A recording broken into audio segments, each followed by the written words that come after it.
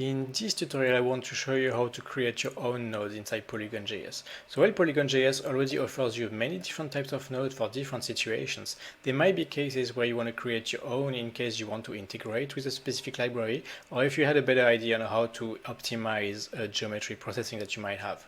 So let's see how to do that. So the first thing we want to do is open the custom node editor. So we're simply going to split this panel, and you can find the custom node editor in here.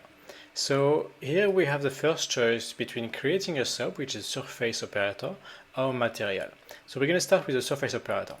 And I'm going to use a default name, and I'm going to create a new node. And right now, my node is immediately available if I type custom, or if I simply go into the custom category here, I can have access to the node. And it doesn't do anything. You can see the geometry hasn't really changed, but we can look at the code of what it offers. And the main part that interests us is the cook method, which is where most of the work inside the node happens. So what we can see here is that it just takes the input, converts it to a core group, which is an internal class to Polygonjs, and sets it as the output. So it really doesn't do anything. It simply copies the input to the output. So what we can do is look at another of the presets. And another simple one is just move one point. And that node is just going to show you how to move a single point inside the geometry. So I'm just going to click save, and you can see that already the output of the geometry has changed. And if I look at the parameters, you can see that here I can modify, I can simply change the index of the point that's being moved, and I can also change the direction. So I'm simply gonna look at where this happens in the code, and if you look at the cook method, it's a little more involved.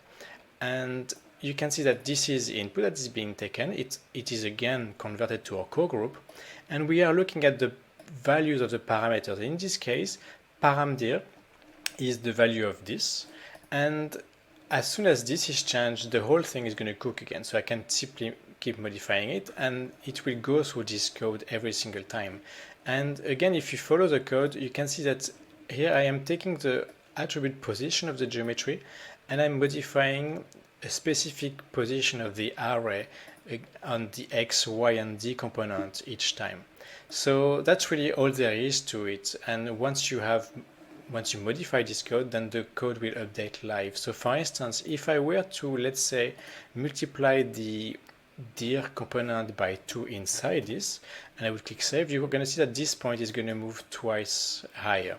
So I click save, and you can see that the impact of the code has modified it live. So there is no recompilation needed. And for the same reason, I can simply add parameters. So let's say if I wanted to add something else, so I'm going to add, let's say I'm going to create a float, and I'm going to create it mult. I'm going to give it a value of 1, a default value of 1, and I'm not going to use any option at the moment. So I'm going to click save, and you can see that the parameter has been added, but it doesn't do anything to the code. So I'm going to simply replace the 2 that I've added here by the value of that parameter. So if I call it param_mult, and if I click save, now the point is going to go again to where it was because the value is 1, but I can modify the height just with it. And it doesn't change that I can still modify the amount like I was before. So that's really what all there is. Maybe one other thing is that it's really just procedural, so I can simply copy this node, and I can have I can modify the parameter of this node independently of the previous one. So for instance, if I were to transform this a little higher, and I was going to merge it with the other node, so you can see now that I can modify both. I'm going to keep it like that, and you can see that I can modify each independently. And again, I can modify the code, and both nodes are going to be updated.